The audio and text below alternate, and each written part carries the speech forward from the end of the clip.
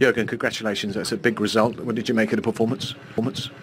Good, it was a very good performance, but a very difficult start. Obviously, situations that they really don't help, like the first goal. Obviously, it's from my point of view a 100% foul and nothing else. But it shows the problem with VAR as well, because the ref doesn't see it. And 100% Mike Dean was next to me and he was like, have a look. So you want to read it, you need to have a look. And then the VAR says it's not clear and obvious, because you can maybe say in England the arm like this is still allowed. I don't know how that's possible. But then we wanted to fight back before the game, so then we had to fight really back. Did that, put them under pressure.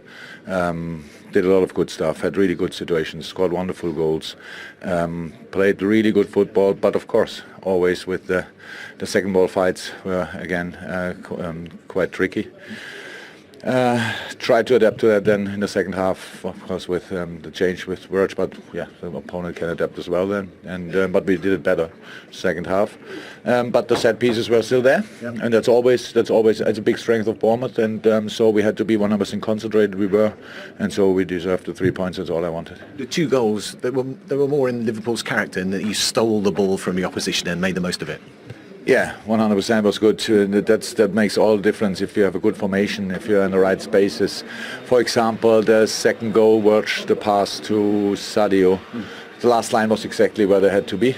In that situation, really high. It's not always about a high line, but in this situation, you have to. If you push up, and then you can fight for the second ball with a different number of players. So we put them under pressure, win the ball, and Wirtz can play that pass. Sadio finished it off exactly like we wanted. James Milner picked up the Man of the Match award.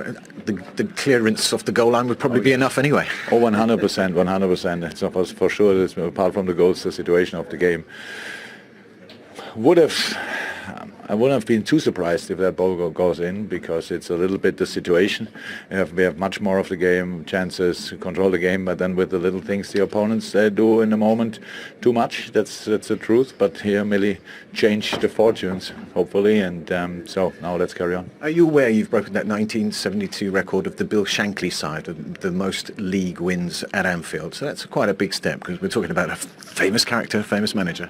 Oh yes. We will never compare with this fella. So it's anyway great. I think it was 23 today. So we didn't think about the number before the game, but after the game, when you won the game, you can think for a couple of minutes about it. It's nice. It's absolutely nice. It's special. Yeah.